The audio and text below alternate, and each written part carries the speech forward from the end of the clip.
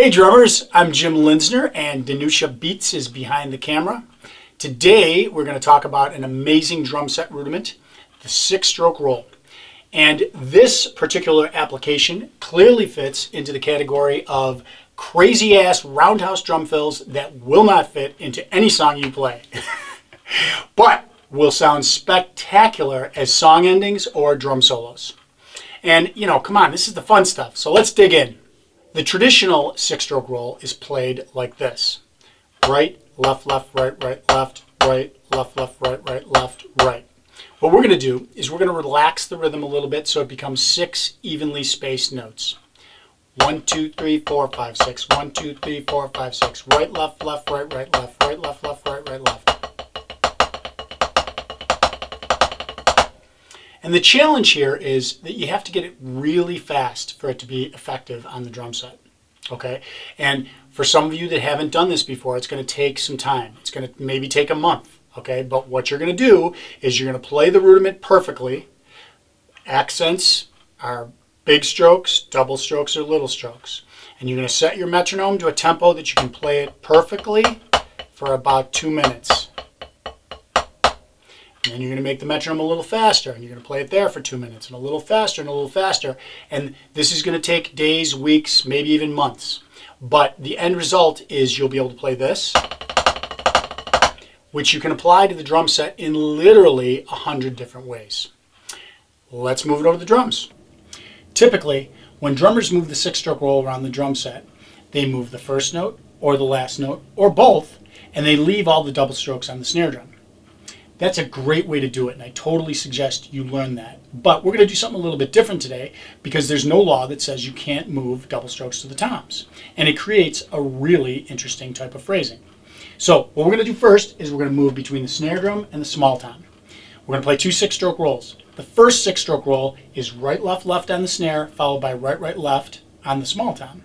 The second 6-stroke roll is just right on the small tom, followed by all the rest of the notes on the snare. I know this seems a little tricky, but I'm going to play it slow. Check it out.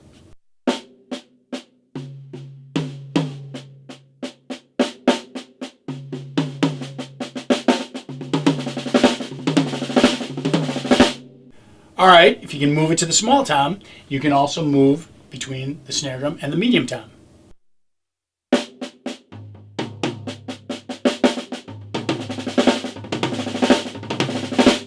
And try it on the floor tom as well.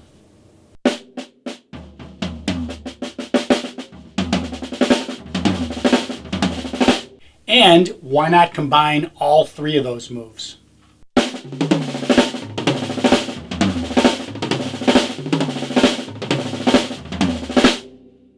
Now for the big one. We're going to move to all 4 drums. We're going to use 4 6-stroke rolls, and it's going to be a little different. So stay with me.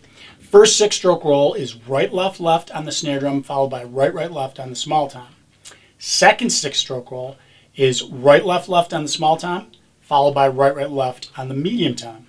Third 6-stroke roll, right, left, left on the medium tom, right, right, left on the floor tom. And the last 6-stroke roll is just going to be the single right on the floor tom, followed by all the rest of the notes on the snare.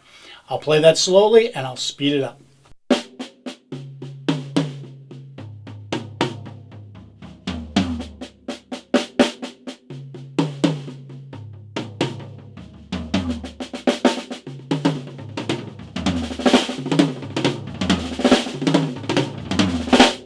So it almost sounds like blazing single strokes around the drums, but it sounds way more interesting. And that's why we use stickings, because stickings create phrasing. And phrasing is just making the notes sound more interesting. If we played everything with single strokes, it would be very articulate, but it might sound kind of boring. So embrace the stickings and embrace the muddiness of the double strokes on the toms and embrace the roundhouse fill. And if your band gets mad at you, you can blame it on me. I'm Jim Linsner, drumlessonsbuffalo.com. See you next time.